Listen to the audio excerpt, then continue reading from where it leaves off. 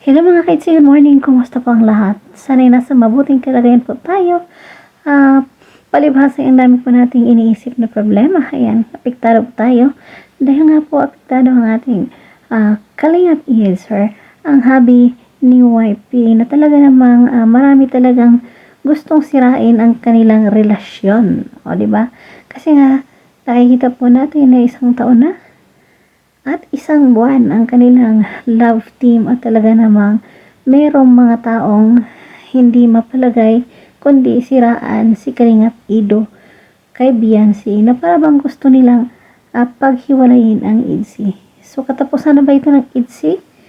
Panoorin natin ang mensahe ni Kalingap Ido na sinabi niya po dito na mas mabuting ihinto na lang po ang IDC para manahimik na ang lahat. Narito po ang kanyang sinabi. Hindi po kayo matutuwa sa vlog. Ayan si kanina eh. Wala po bagang tawag dito. Hindi natuloy ang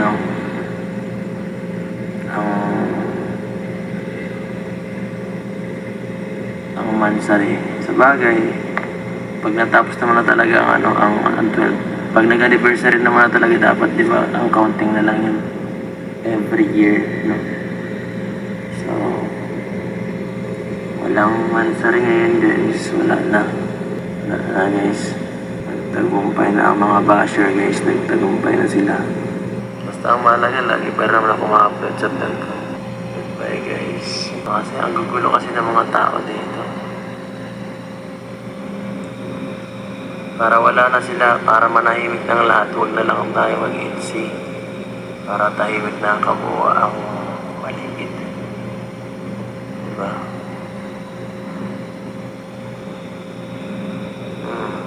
Para di na ako isyuhan ng kung ano-ano. Nakakabati ko. Ang dami dito alam niyo po, sa mga taong naninira, hindi ko alam kung bakit galit na galit sila sa akin. Hindi ko alam.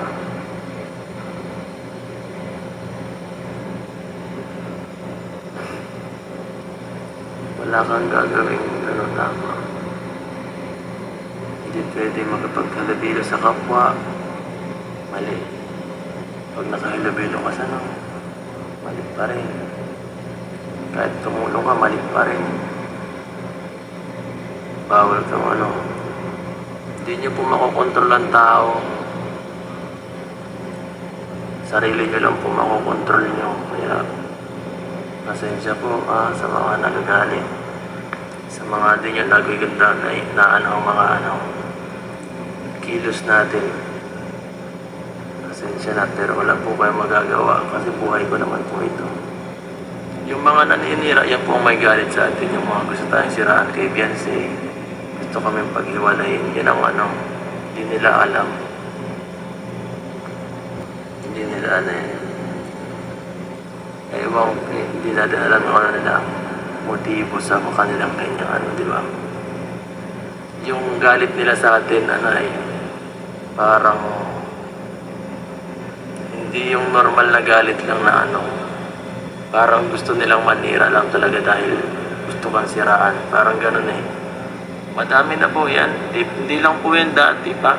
Ay, hindi lang po yan yun. Dati pa po may mga ganyan, nung pa po, siguro, may kagaya pa nung kay Erica Days, kay Reyna, hanggang sa, hanggang ngayon, normal taga may mga toxic na ganyan.